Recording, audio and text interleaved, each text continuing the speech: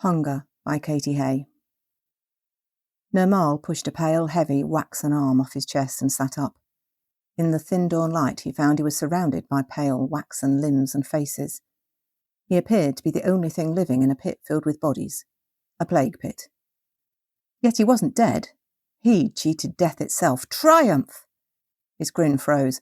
At least, had he maybe died and this was hell, that would be much more in line with his current streak of poor luck. He got to his knees and scanned his surroundings as far as he could see. That wasn't far. The lip of the pit cut off sight of everything except the dead bodies around him. Nirmal was glad the pit appeared to be fresh, and he was in the bottom with the lifeless losers who weren't as fortunate as him. He'd walked past an almost full plague pit just the week before, and the smell of putrid, already rotting corpses had nearly made him lose his carefully stolen breakfast.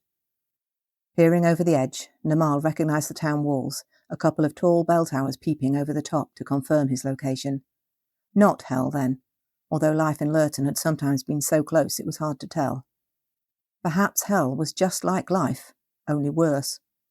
Or perhaps hell had taken one look and spat him back out, as his mother had occasionally predicted. Nirmal stood taller. No one was within sight. That wasn't surprising, since no one of sense would choose to dally around a plague pit.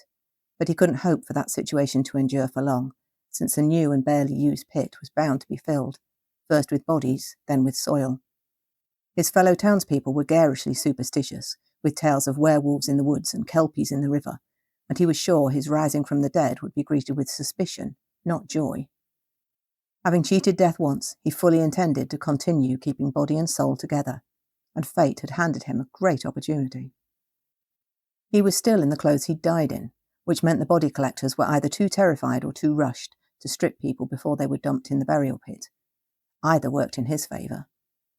Nirmal crouched, checking the body beside him. Most people were in their nightshirts, which was fine by him.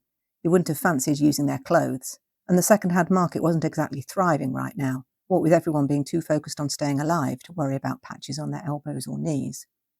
But the glint of gold on a finger made him grin. Yes, there was still the chance of jewellery that hadn't been spotted and pilfered by the collectors.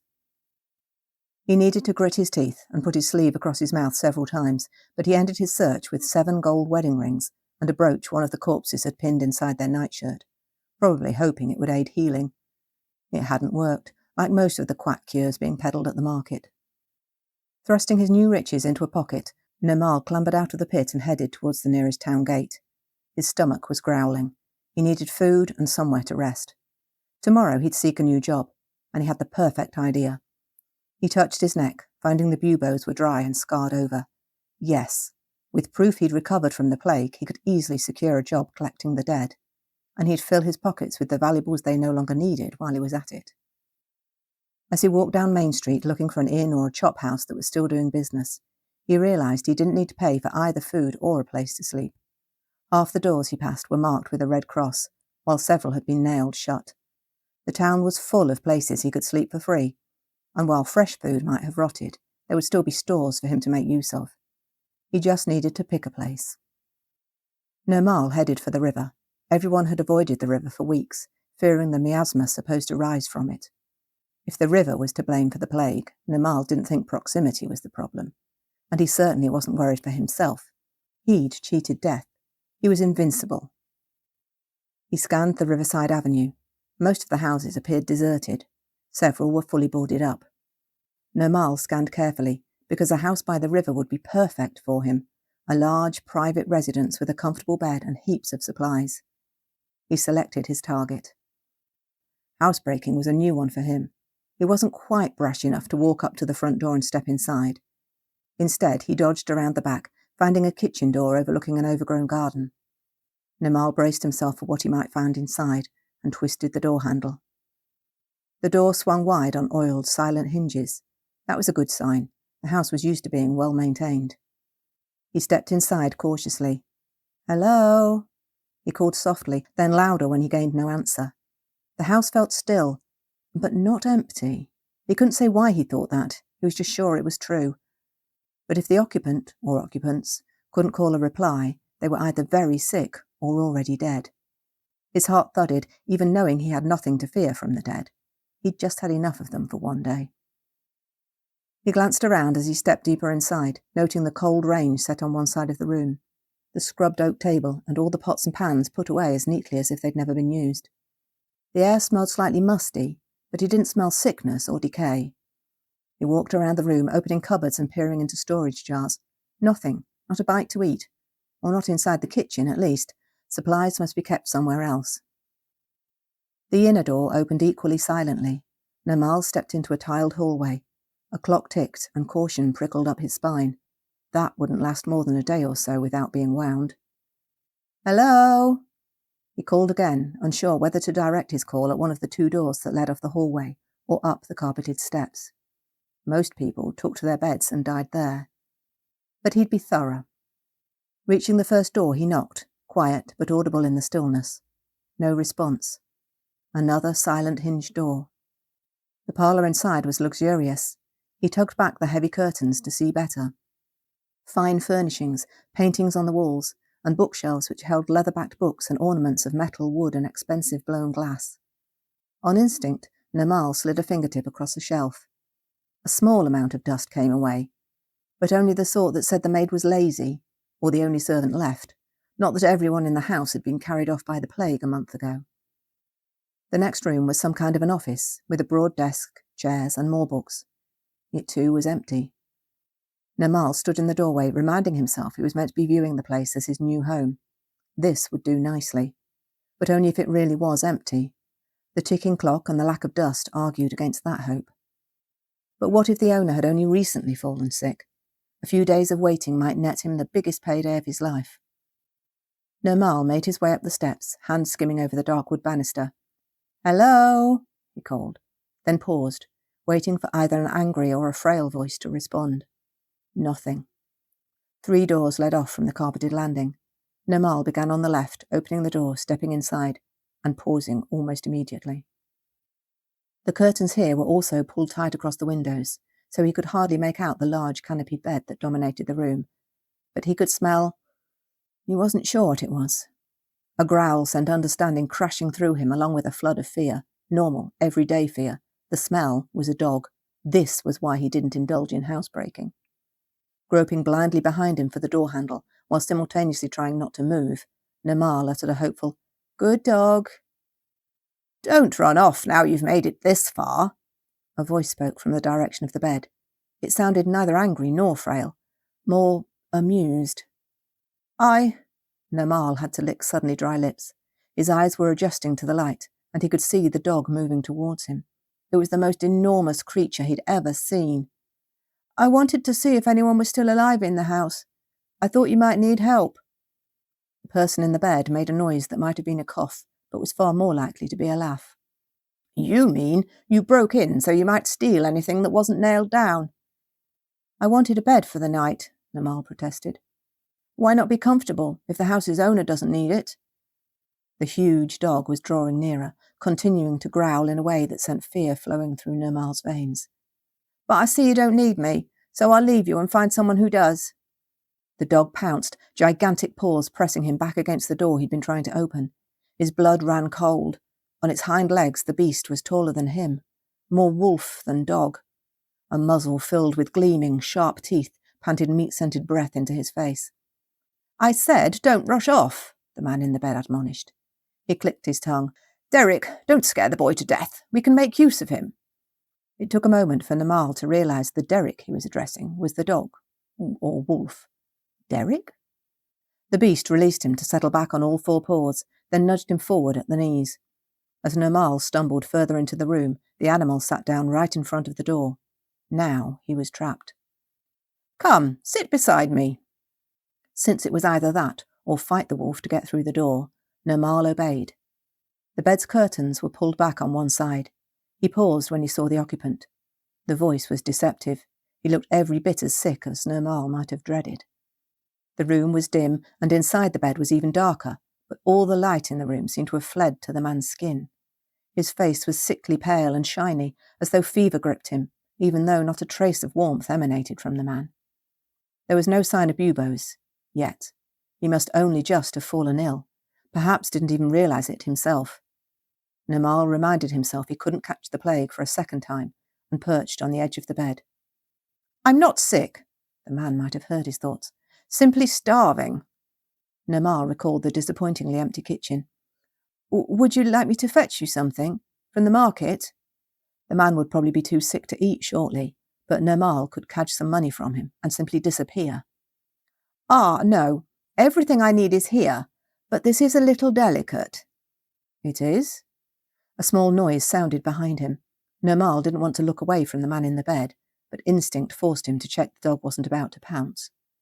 He twitched in shock to find a tall, rangy man with shaggy hair looming over him. Where had he come from? And how had he got past the wolf? Derek, I told you not to scare the boy. Glancing past the new arrival, Nirmal found no sign of the improbably named wolf. He'll steal our money and run off, the rangy man said. I'm sure we can prevent that, the bed's occupant replied steadily. Nirmal looked from one to the other, understanding reluctantly dawning. You're Derek? The rangy man's lip curled. For my sins. But you were just... It didn't make sense. Or it did, but Nirmal didn't want it to make sense. Stories of werewolves and kelpies raced through his thoughts. Superstitions, that was all, wasn't it? Derek is both man and wolf, yes. The bed's occupant sounded impatient now. I was trying to explain matters. You are making a meal of it, Derek argued gruffly, when you need a meal inside you. He looked directly at Nirmal. I'm a werewolf, and Septimus is a vampire. He folded his arms across a broad chest. And if you even try to tell our secrets to anyone, I should take great pleasure in tearing your throat out. Nirmal swallowed, with difficulty, as though his throat could imagine the act far too vividly. Septimus needs your blood, Derek told him bluntly. A high-pitched sound rang in Nirmal's ears. He barely knew he'd moved until Derek's hands settled heavy on his shoulders, pressing him down onto the bed. Derek, really, Septimus scolded. You're about as subtle as a plank. He turned to Nirmal. As I mentioned, I'm very hungry at present. It's hard to find food when one's donors keep dying of the plague. I should like to offer you the job. You're going to kill me, Nirmal panted, holding still while he evaluated his chances of escaping the pair of them. Not good, and he'd definitely only get one chance, so he needed to use it carefully. Certainly not. Once again, Septimus sounded amused. The stereotypes are sadly out of date. I should like to drink from you. A pint each day should suffice. In return, I'll pay you handsomely and provide a place for you to stay and as much food as you can eat. You'll need to keep your strength up, after all. He chuckled. Nirmal didn't join in. Nor did Derek. It's a fair offer, he growled. What happens if I say no? Derek bared his teeth. Perhaps it was a smile? Don't say no. Septimus clicked his teeth once more. Derek, my love, please. He switched his attention back to Nirmal. I'm afraid matters might get tricky if you say no. A pale arm moved, followed by a glint of gold. A sovereign gleamed brighter than Septimus's glowing skin. I'd much rather you said yes. It's a good offer, especially given the lack of a vibrant job market at present. Nirmal was transfixed by the coin. A sovereign per day? I think that's fair. He was either going to die, or he was about to be very rich. Nirmal tried to shake off Derek's crushing grip. Yes, fine, I agree. He took hold of the sovereign, sealing the deal. Derek finally let him go. He thrust the coin into a pocket and straightened his jacket. Should I bare my neck? Septimus coughed delicately. Forgive me, but those scabs are precisely the thing to quell one's appetite. I'd rather try your wrist. A pale hand closed around said wrist. Septimus's grip was cool and strong, not sick at all, exactly the way he'd claimed. A vampire. He was in a room with a vampire and a werewolf. Curse his life. Nirmal squeezed his eyes shut as Septimus lifted his hand and cool breath drifted over the delicate skin inside his wrist. He jumped when Septimus bit down, eyes flashing open at the brief pain. He met Derek's gleaming eyes. The werewolf gave a tiny nod when it was clear Nirmal wasn't going to try and run away. Then the werewolf's attention went to Septimus's face, his fierce expression softening. Nirmal followed his gaze. It was still hard to see, and all the curtains being closed made sense now. But as he drank, the vampire's face grew noticeably less sickly-looking. As numbness stole over his wrist, Septimus released him with a sigh of satisfaction. Better? Derek asked. Septimus smiled, eyes gleaming. You can clearly see I am, my heart. His gaze switched to Nirmal. Thank you. He placed his hand on the bed covers, patting the back. You should eat now. Nirmal nodded. I'll try the market. He had a sovereign in his pocket, along with the jewellery he'd stolen from the corpses. Once he was away from this odd house, he'd run and never so much as glance back at Lurton. Derek had nothing to worry about, as though he'd tried to convince anyone that supernatural beings lived in one of the rich houses by the river. It was a secret he'd take to the grave. Many years from now, he hoped. Certainly, Septimus agreed. Derek will accompany you. His pulse spiked, although he hoped it didn't show on his face. There's no need for that. I know my way. Septimus smiled tightly, and Nirmal again wondered if the man could somehow read his thoughts. I insist. I shouldn't like you to wander around without a guard. You're too precious. I intend to take very good care of you. Very well. Thank you. He'd just have to hope he could dodge the man once they were outside. A tiny noise sounded, and his head whipped round, unsurprised to find Derek returned to his wolf form. Damn. He could try outrunning a man, but a wolf? Not a chance. Derek growled and nudged him as though he was wasting time. I'll see you later, Septimus called as he reached the door, warm and confident. Nirmal didn't reply. Hunger returned doubled when he stepped outside. It was fully light now. Septimus would probably spend the day sleeping, but Derek was wide awake. Perhaps he had died and gone to hell after all. Nirmal glanced aside at the rangy beast stalking beside him. Guard. Yeah, right. He shrugged and picked up his pace. This wasn't hell. It wasn't even the worst job he'd ever taken. A sovereign a day and plenty of free time. He could make this work. That was Hunger by Katy Haye. Thanks for listening.